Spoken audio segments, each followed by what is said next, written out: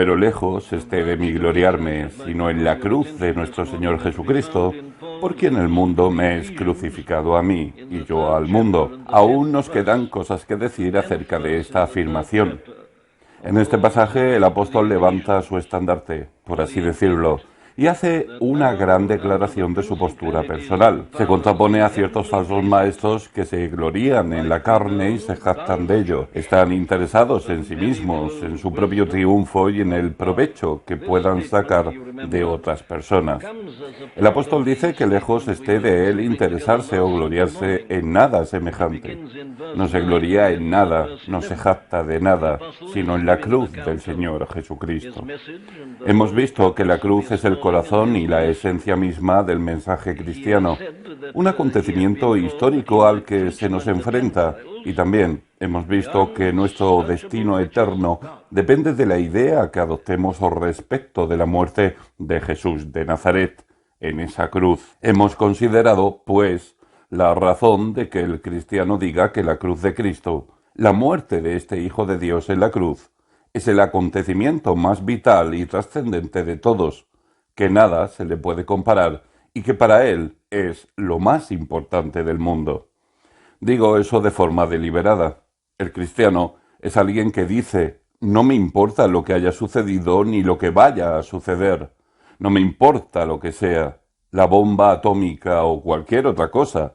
Para mí no hay nada que se acerque a la importancia de lo que sucedió allí en la cruz, cuando Jesús de Nazaret murió y fue sepultado en el sepulcro, para luego resucitar y volver a la gloria eterna. ¿Por qué lo dice el cristiano? ¿Por qué se jacta de esta cruz? ¿Por qué se gloria de ella? Ya hemos empezado a responder a esta pregunta. Hemos visto que la cruz, con todas sus tremendas paradojas, es un espectáculo que hace palidecer cualquier otro acontecimiento de la historia que quepa imaginar. Pero ahora debemos seguir, porque no se puede considerar algo semejante y dejarlo así. Es preciso plantear una pregunta. ¿Por qué lo hizo? Tienes todo el derecho a preguntarlo porque dirás, si eso es cierto, ¿por qué llegó a suceder? Y esa es una buena pregunta. Pero solo hay una forma de responderla. Miremos a la cruz nuevamente. Contemplémosla una vez más. Cuando un hombre como el apóstol Pablo se gloría en la cruz, puedes estar seguro, amigo mío, de que es lo más grande y lo más profundo de todo el universo. No basta con echar un vistazo a la cruz. Los santos la han estado contemplando, observando, examinando y meditando sobre ella durante siglos. Y cuanto más la observan, más ven en ella. Los autores de himnos han hecho lo mismo. La cruz de Cristo ha sido fuente de inspiración para algunas de las poesías más magníficas en lengua inglesa.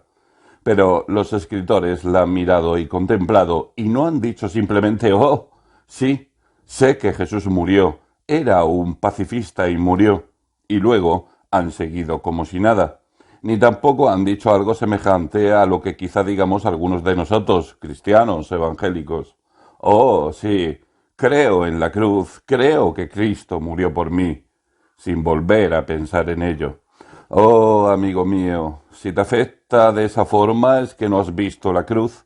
Debes detenerte, mirarla, observarla, dejar todo lo demás a un lado y contemplarla, y no dejar de observarla hasta haber visto algunas de las profundidades, o, parafraseando a Thomas Carlyle, las infinitudes e inmensidades de esta gloriosa cruz. Repito, pues, la pregunta, ¿por qué sucedió esto?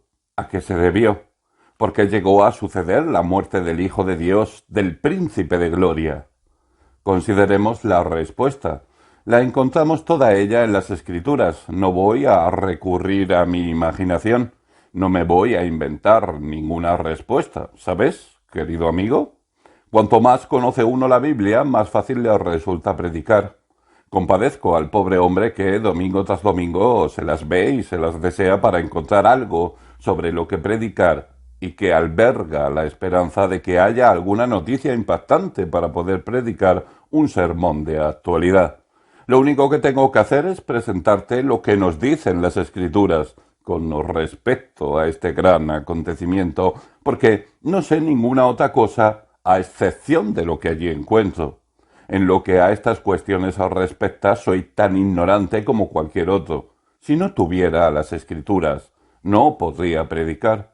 Simplemente te pregunto lo que dicen las Escrituras mismas. ¿Qué nos dicen, pues? ¿Por qué está el Hijo de Dios allí en la cruz? Lo primero que dicen es que no se trata meramente de un acto de los hombres. Oh, me dirás, son hombres los que están clavando esos clavos. Estoy de acuerdo, pero ese sería el comentario de un observador muy superficial.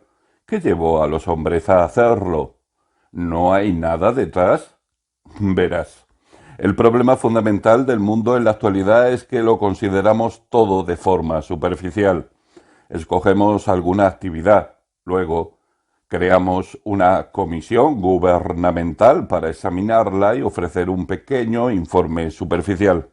No supone diferencia alguna, nada cambia, porque nuestro diagnóstico es superficial.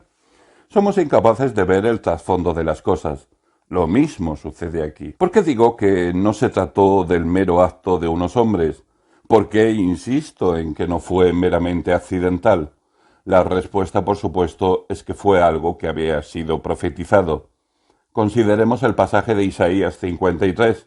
Es una profecía exacta de lo que aconteció en la cruz. Leamos, por otro lado, el Salmo 22. Esa es otra profecía perfecta de la muerte de nuestro Señor en la cruz. En el Antiguo Testamento se profetiza multitud de veces. Ciertamente lo verás si te remontas a libros como Levítico y otros libros de la ley que se tachan de soporíferos e incomprensibles. Basta con que sepas leerlos para ver que todos ellos señalan a la cruz. O remontémonos a Éxodo y a la historia del éxodo de los hijos de Israel desde su cautividad en Egipto. Porque tuvieron que inmolar de noche aquel cordero, el denominado cordero pascual, y untar con su sangre los postes y dinteles de las puertas. No es más que una profecía de esto. Todo lo que sucede en la historia de la Pascua señala a este acontecimiento. Ahí tenemos, pues, un factor importante. Isaías 53 lo expresa muy claramente. Como cordero fue llevado al matadero y como oveja. Está todo ahí. Al Señor no le tomó por sorpresa. Todo ello había sido profetizado tiempo atrás. Pero, por supuesto, no dependemos tan solo de las profecías del Antiguo Testamento. Nuestro Señor mismo hizo afirmaciones muy concretas acerca de esto. En su conversación con Nicodemo, aquel gran hombre de la que se deja constancia en Juan 3, lo expresa de esta forma. Dijo que, como la serpiente fue levantada en el desierto, así es necesario que el Hijo del Hombre sea levantado, para que todo aquel que en él cree no se pierda, mas tenga vida eterna. Ahora bien, aquí tenemos una profecía de su muerte en la cruz en una fase muy temprana de su ministerio. Le recordó a Nicodemo aquel viejo incidente en la historia del pueblo, de los hijos de Israel. Cuando el pueblo se hallaba en el desierto empezó a sufrir mordeduras de serpientes, lo que ocasionó una gran mortandad. Y el remedio fue el siguiente. Se fijó una serpiente de bronce en un poste y se levantó para que todo el que la mirara fuera sanado. Números 21:9. Eso fue una profecía de mí, dijo nuestro Señor. Como Moisés levantó la serpiente en el desierto, así es necesario que el Hijo del Hombre sea levantado. Juan 3:14. No le tomó por sorpresa cuando le prendieron y le crucificaron. Dijo a sus seguidores que se iba a producir. Lo repitió una y otra vez. Esta profecía del Nuevo Testamento también es una parte vital de este mensaje. En Juan 12 leemos del fin de su ministerio terrenal. De pronto toca su fin, por así decirlo, y está preparado para ello. La hora, dice, ha llegado. La hora. ¿De qué está hablando? De su muerte. En poco tiempo, dice, y yo, si fuere levantado de la tierra, a todos atraeré a mí mismo. Juan 12:32. ¿Recuerdas el contexto? Algunos griegos se habían acercado a los discípulos. Les dijeron, quisiéramos ver a Jesús. Quisiéramos hablar con él, conversar con este nuevo maestro. Hemos oído hablar de él y quisiéramos saber qué tiene que decir. Probablemente se tratara de una especie de curiosidad intelectual y también de una curiosidad más general por un maravilloso maestro que acababa de aparecer. Pero nuestro Señor no quiso verlos. Les envió un mensaje diciéndoles que no podía verlos, con la explicación de que hasta entonces solo había sido enviado a los judíos. Pero cuando sea levantado, y en su relato Juan comenta y decía esto dando a entender de qué muerte iba a morir, versículo 33. Cuando sea levantado, dice, entonces atraeré a todos a mí mismo, lo que no hace referencia a todos y cada uno de los individuos que han vivido, sino a hombres de todas las naciones, no solo a judíos, sino a griegos y a cualquier otro. Atraeré a todos, hombres de todas las naciones, a mí mismo. Cuando muera seré un Salvador universal en ese sentido. Sabía que iba a suceder y lo repitió en muchas otras ocasiones.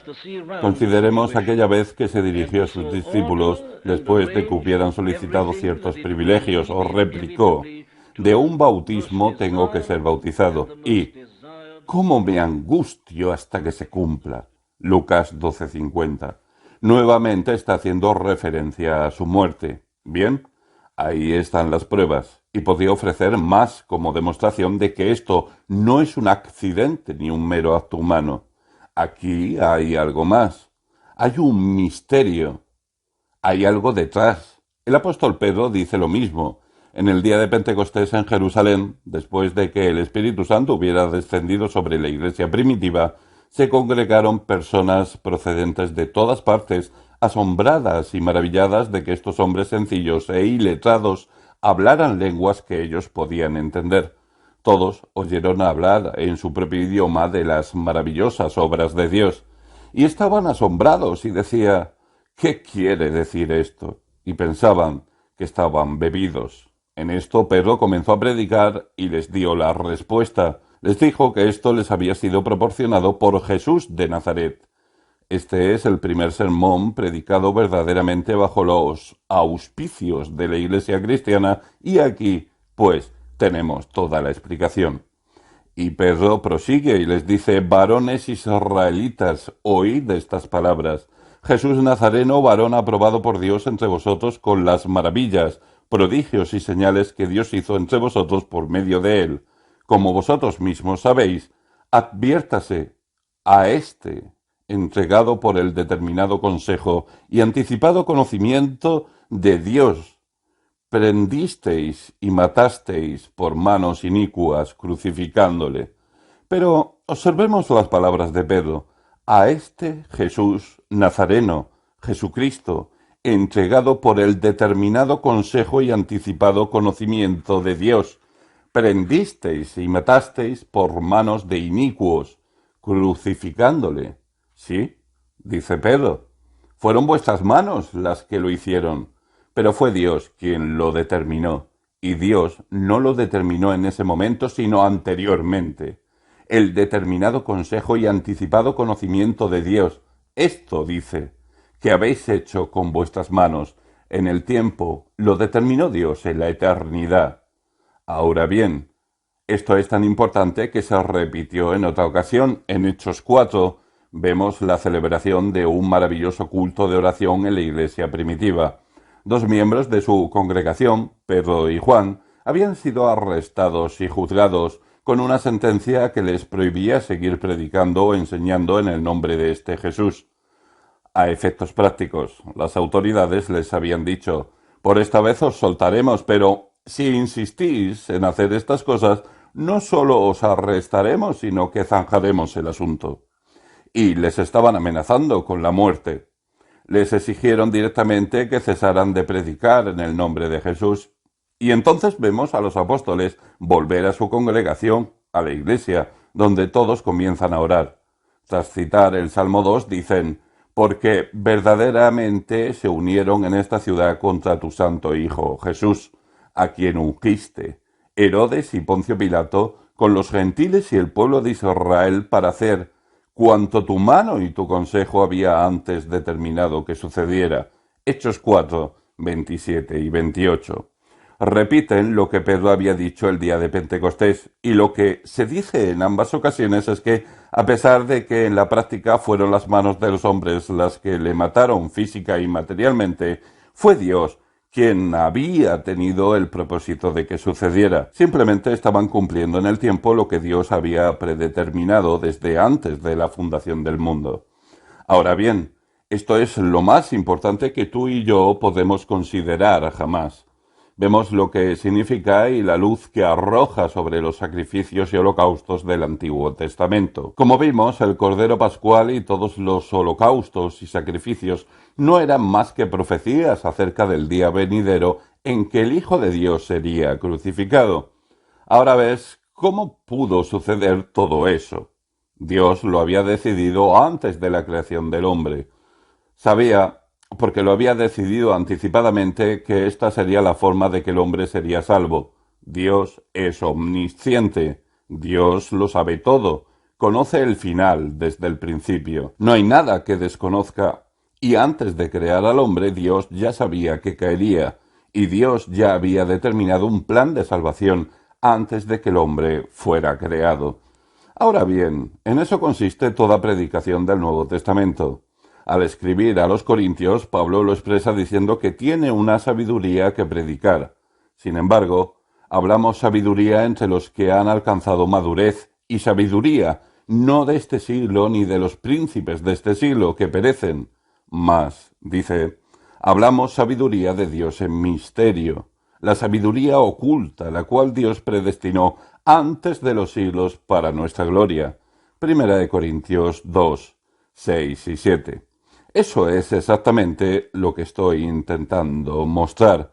Hacer referencia a las buenas noticias más gloriosas que haya visto el mundo. Por eso, el apóstol Pablo se gloría en la cruz de Cristo.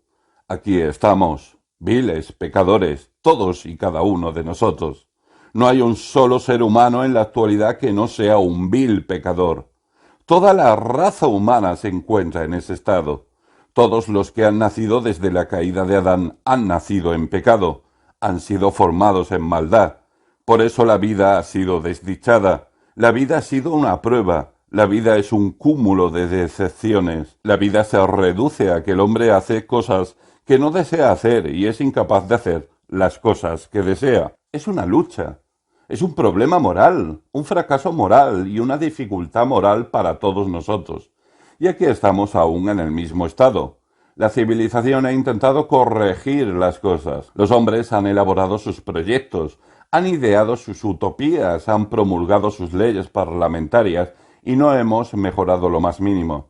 Somos tan malos como siempre, con más educación, pero no más morales.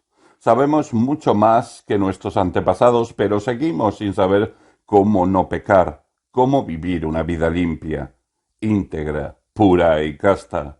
Aquí seguimos en el mismo apuro que siempre. ¿Y sabes cuál es el mensaje de este evangelio? ¿Sabes por qué se gloriaba Pablo en él? ¿Por qué había alcanzado a ver que Dios tenía un plan para este mundo desdichado, desgraciado, fracasado y pecaminoso? Y es un plan que había concebido desde antes de la fundación del mundo. No conozco nada tan maravilloso en el mundo de hoy. Por eso no predico sermones sobre temas de actualidad. Tengo algo que decirte que merece la pena que se escuche.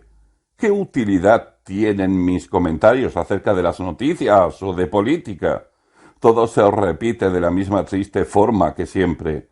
Estoy aquí para decirte algo que solo este Evangelio puede decirte, que el Dios Todopoderoso y Eterno se preocupa por esto. Es su mundo y lo va a arreglar.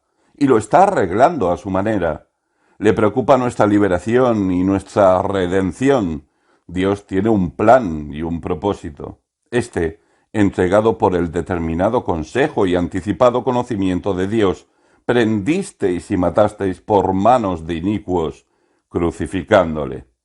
Pero no sabíais lo que hacíais, no comprendíais que esto formaba parte de su gran plan eterno y de su propósito de salvación y de redención. Verás, la cruz es la esencia del plan de Dios, de la forma que tiene Dios de salvar al mundo. Ese es el motivo de que, como hemos visto, el apóstol lo mencionara de nuevo en 1 Corintios 1. Pero nosotros predicamos a Cristo crucificado, para los judíos ciertamente tropezadero y para los gentiles locura, mas para los llamados Cristo, poder de Dios y sabiduría de Dios. Aquí tenemos la cruz de Cristo en su esencia. Por eso deseo presentarte las cosas de esta forma. Que el apóstol se glorió en la cruz y que todo verdadero cristiano se gloría en ella porque es la mayor demostración y manifestación de la naturaleza del Dios eterno. Eso es lo que vemos al contemplar la cruz. No solo vemos a esa persona gloriosa, miramos de nuevo y vemos que no es solo el Hijo quien está implicado en esta cruz, también el Padre está implicado, está ahí. ¿La has visto alguna vez ahí? ¿Puede haber algo más elevado y maravilloso que ver un poco de la gloria del Dios eterno? Es en la cruz del Monte Calvario donde vemos la más maravillosa y asombrosa demostración de esta gloria que el mundo ha conocido. En última instancia, todos nuestros problemas derivan de nuestro desconocimiento de Dios. Ese es el verdadero problema del mundo hoy en día. Los hombres y las mujeres no conocen a Dios. Hay algunos que dicen que no les interesa, hay otros, y esto es igualmente pernicioso, que simplemente presentan sus propias ideas con respecto a Dios. Hoy día, los autores populares son los que hacen cábalas filosóficas acerca de Dios. No tienen ningún tipo de autoridad, no es más que lo que ellos piensan. Eso es un desconocimiento absoluto de Dios. No podemos conocer a Dios a menos que se revele a nosotros, porque Dios es lo que es y quién es. ¿Y qué es lo que conocemos? ¿Nos conocemos a nosotros mismos? ¿De verdad tus conocimientos de psicología te dan la clave para comprenderte a ti mismo? ¿De verdad te ayudan todos tus conocimientos modernos a comprenderte a ti mismo y a comprender a tu prójimo? ¿De verdad que te proporciona la comprensión de la vida y de la muerte? Por supuesto que no. Tenemos una ignorancia espantosa y cuanto más aprendemos, más advertimos nuestra ignorancia. ¿Cómo puede un hombre conocer a Dios, único y sabio Dios, inmortal, invisible, que en la luz a nuestros ojos resulta inaccesible? Chalmers Smith. ¿De qué sirve Jodel Bank cuando se observan la infinitud y la eternidad? Utilicemos todos nuestros medios y enviemos a nuestros astronautas. Ya pueden observar con todas sus facultades. Son incapaces de verle. Dios es único y sabio Dios inmortal, invisible, que en la luz a nuestros ojos resulta inaccesible, anciano de días, glorioso, bendito de esplendor y alabanza revestido. ¿Crees que puedes verle? Pues supuesto que no. Somos incapaces desde el principio. Antes de acometerlo siquiera, vemos partes y fragmentos. Vemos algo de él en la creación, tal como lo expresa el apóstol en Romanos 1. Al examinar la naturaleza y la creación, podemos observar parte del poder eterno del Creador y su deidad. Vemos, por así decirlo, sus huellas dactilares y sabemos que Dios, tal como lo expresó James Jeans, el gran científico, es el cerebro y el matemático. Lo vemos en la simetría y el equilibrio y en toda la forma y la perfección del universo. Lo vemos en las estaciones, la primavera, el verano, el otoño y el invierno, en los dones que ha dado al hombre y en toda su benignidad y bondad. Sí, pero solo vemos una parte. Solo vemos el poder de Dios, la grandeza de Dios, a Dios el Creador.